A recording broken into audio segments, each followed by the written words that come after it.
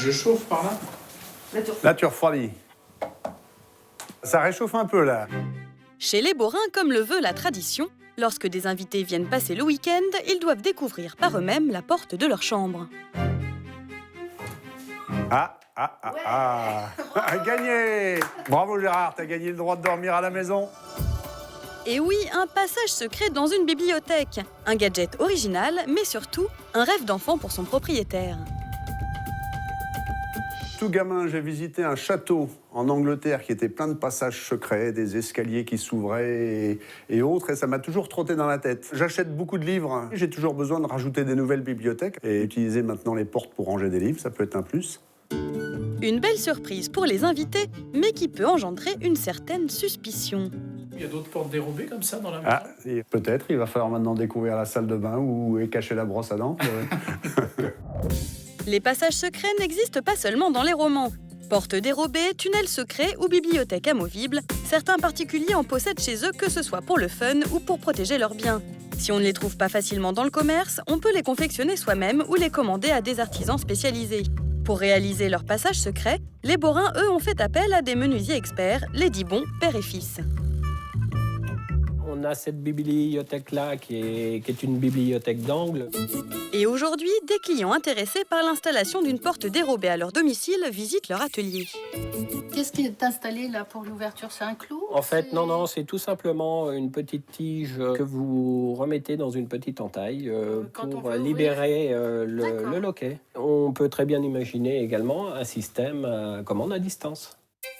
Grâce à un système de charnière relevable, la porte de la bibliothèque est capable de s'ouvrir tout en supportant de lourdes charges. L'ensemble, en général, peut supporter jusqu'à 250 kg. Un moyen discret et élégant de cacher une pièce du regard des autres. L'autre modèle proposé par M. Dibon est un meuble monté sur pivot qui tourne sur lui-même. C'est une bibliothèque qui pivote sur elle-même par un axe qu'on fixe sous celle-ci.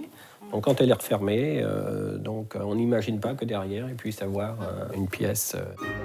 Le prix d'une bibliothèque à passage secret est en moyenne 15% plus élevé qu'un meuble classique.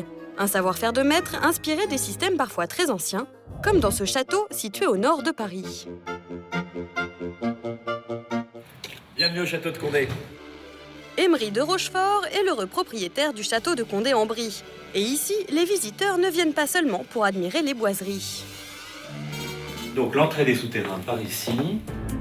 Car le château abrite de mystérieux tunnels millénaires, un miroir magique qui dévoile une toile de maître et un authentique passage secret de style XVIIIe siècle.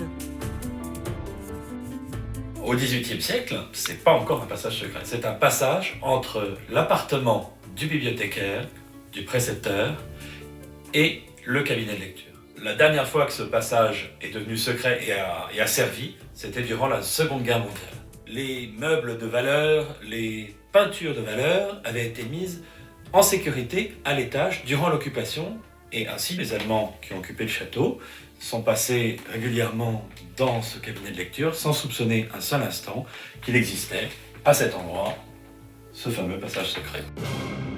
En plus d'être fascinants, les passages secrets ont donc prouvé leur utilité à travers l'histoire.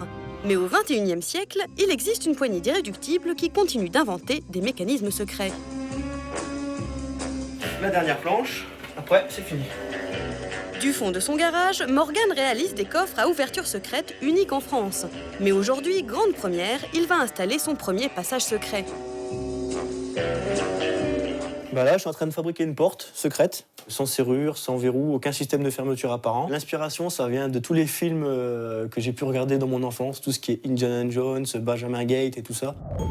Pour cet événement, Morgan peut compter sur l'aide de son beau-père Jeannot. Direction une prestigieuse exploitation viticole de Bourgogne. On voulait faire un passage secret ici parce que derrière la porte, on va garder tous les grands crus de la maison et on voulait quelque chose d'un peu fun. Pas une minute à perdre pour Morgane. En une après-midi, la porte doit être opérationnelle. Première étape, la pose sur les charnières.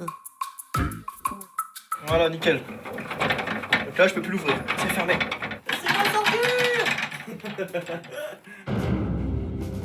Deuxième étape, le camouflage.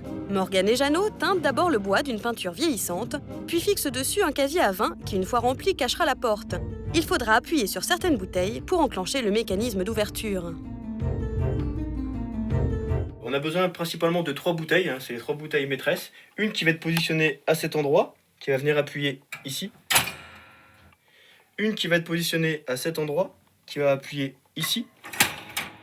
Et une qui va être positionnée un peu plus bas, ici, qui va être emboîtée dans cette tige métallique. Cette grosse barre qui constitue le verrou principal est libérée. 200 bouteilles à installer sur le casier et le camouflage est total, ou presque, car Morgane a vraiment le sens du détail. On va mettre un petit coup de vieux maintenant. Et puis on va envoyer la sciure de bois sur les bouteilles, comme ça. Un peu de poussière artificielle et le passage secret est enfin terminé. Vient maintenant le meilleur, la découverte de la porte par son nouveau propriétaire. Oui, c'est génial.